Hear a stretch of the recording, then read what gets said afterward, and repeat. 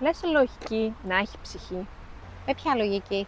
Ξέρω ότι η λογική πρέπει να είναι μαθηματική, τετράγωνη και κάπως ψυχρή, αλλά εγώ δεν είμαι ούτε τετράγωνη, ούτε ψυχρή. Ναι, υπάρχει λογική που είναι τετράγωνη και ψυχρή. Όμως η αριστοτελική λογική δεν είναι έτσι. Έχει ψυχή. Δηλαδή, Η αρχή της αριστοτελικής λογικής είναι ο λόγος, όχι τα μαθηματικά. Και ο λόγος έχει ψυχή γιατί είναι ανθρώπινος, είναι η ανθρώπινη σκέψη. Και η ανθρώπινη σκέψη σε καμία περίπτωση δεν είναι τετράγωνη, είναι ελεύθερη. άρα μπορώ να σκεφτώ ελεύθερα και αλογικά. Προφανώς, γιατί η ουσία της αριστοτελικής λογικής είναι η ελεύθερη σκέψη. Γι' αυτό και μας μαθαίνει να διακρίνουμε την ουσία των πραγμάτων. Δεν καταλαβαίνω. Πώς επιτρέπει η ουσία την ελεύθερη σκέψη? Γιατί η ουσία είναι ελεύθερη. Δεν μπαίνει σε τετράγωνα, δεν μπαίνει σε κουτιά και αλλάζει συνέχεια. Και η αριστοτελική λογική μας μαθαίνει κάθε φορά πώς να τη διακρίνουμε.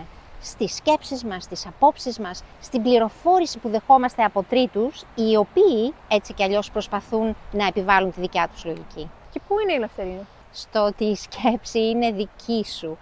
Άρα έχει ό,τι χρώμα θες, ό,τι σχήμα θες, εκφράζεσαι όπως θες, δημιουργείς ό,τι θες όπως θες. Φτάνει να είναι δική σου μέσα από την αριστοτελική λογική. Ακριβώς.